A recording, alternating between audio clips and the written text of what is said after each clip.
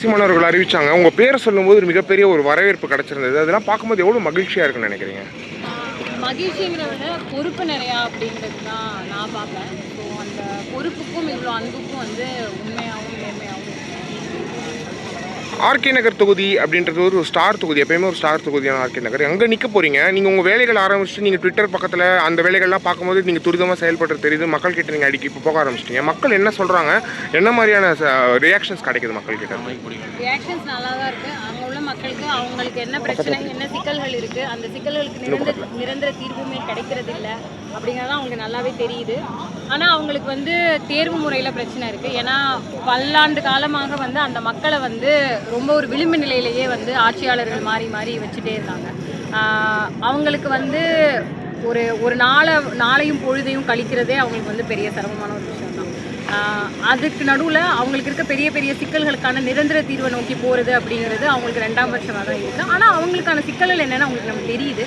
நம்ம தொடர்ந்து அவங்கக்கிட்ட பேசி புரிய வச்சு அவங்களுடைய எதிர்கால தலைமுறையோட நல்வாழ்வுக்காக இந்த அரசியல் மாற்றம் உங்களுக்கு ரொம்ப தேவை அப்படிங்கிறத பேசி புரிய வைக்க முடியும் அப்படின்னு எனக்கு ஒரு பெரு நம்பிக்கை இருக்குது. கேட்குறாங்க, நல்ல ரெஸ்பான்ஸ் இருக்குது, நல்லா ரிசீவ் பண்ணுறாங்க. இது உங்கள் முதல் தேர்தலா? ஆமாங்க, முதல் தேர்தல் எப்படி இருக்குது? ஃபஸ்ட் டைமாக வந்து ஒரு வேட்பாளராக நீங்கள் ஓட்டு கேட்டிருப்பீங்க, எல்லாம் பண்ணியிருப்பீங்க. ஃபஸ்ட் டைம் ஒரு வேட்பாளராக நீங்கள் வந்து போகும்போது எப்படி இருக்குன்னு நினைக்கிறீங்க? அந்த எக்ஸ்பீரியன்ஸ் எப்படி இருக்குன்னா, நான் சொன்னதான், எனக்கு பொறுப்புணர்வு மிகவும். நான் இந்த தொகுதி எனக்கு ஒதுக்கப்பட்டப்பயே வந்து இந்த தொகுதியில் சூழலியல் சிக்கல்கள் ரொம்ப மிகுதியாக இருக்குது. விளிம்பு நிலை மக்கள், ரொம்பவே ஒடுக்கப்பட்ட மக்கள் வந்து அந்த இடத்துல இருந்துகிட்டே இருக்காங்க. அவங்களுக்கு எந்த தீர்வுகளும் கிடைக்கல அப்படிங்கிறதெல்லாம் தெரிஞ்சு தான் நான் களத்துக்குள்ளே போனேன். அதனால் இது இவ்வளோ நாள் போராட்ட களத்தில் இருந்தது, இப்போ அது தேர்தல் களமாக இருக்குது. மற்றபடி எப்போவுமே மக்களை சந்திக்கிறது தான். அதில் எனக்கு புதுசாக எதுவும் இல்லை. கடைசி கேள்வி, அண்ணன் சீமான் அவர்கள் என்ன சொன்னாங்க? அண்ணன் சீமான் அவர்கள் உங்களை வேட்பாளர் நிறுத்தும் போது என்ன சொன்னாங்க, என்ன அட்வைஸ் கொடுத்தாங்க? ஃபர்ஸ்ட் டைம் நிற்க போறீங்க, அட்வைஸாக என்ன கொடுத்தாங்க? ஜெயிச்சிடணும் அப்படி சொன்னாங்க, ஜெயிச்சிடணும்யா அப்படின்னு சொன்னாங்க. அதுதான் சொன்னாங்க. இந்த மாதிரி மாநாடுனாலே தண்ணி பிரச்சனை இருக்கும். குறிப்பாக வந்து சுற்றுச்சூழல் பார்க்கறது தான் இதை பண்ணி எந்த பிரச்சனையும் இல்லாமல் இருக்குது. எப்படி இதை கையாண்டீங்க?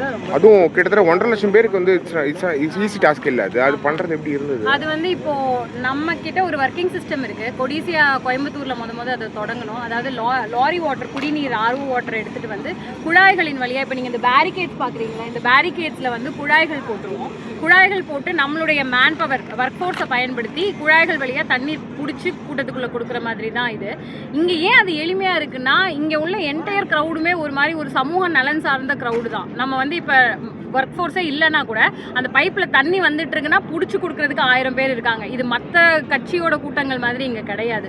அதனால அது எளிமையாக முடிஞ்சிருது. நம்ம தண்ணீர் அவைலபிலிட்டி வச்சுட்டு கொஞ்சம் மேன் பவரை நம்ம யூட்டிலைஸ் பண்ணோம். தண்ணி இங்கே இருக்குன்னு அவங்களுக்கு தெரிஞ்சிட்டாலே சிறப்பாக கையாளுவாங்க. இதில் இந்த முறை வந்து நம்ம அறிக்கை போட்டிருந்தோம், எல்லாருமே இந்த ஸ்டெயின்லெஸ் ஸ்டீல் வாட்டர் பாட்டில்ஸ் எடுத்துகிட்டு வாங்க, காலியாக கூட எடுத்துகிட்டு வாங்க, இங்கே தண்ணி பிடிச்சிக்கலான்னு சொல்லி நிறைய பேர் என்கிட்ட வந்து காமிச்சிட்டு போனாங்க. உங்களோட பதிவுலேருந்து இந்த பாட்டில் வாங்கினோம் மாநாட்டுக்காக அப்படின்னு சொல்லி.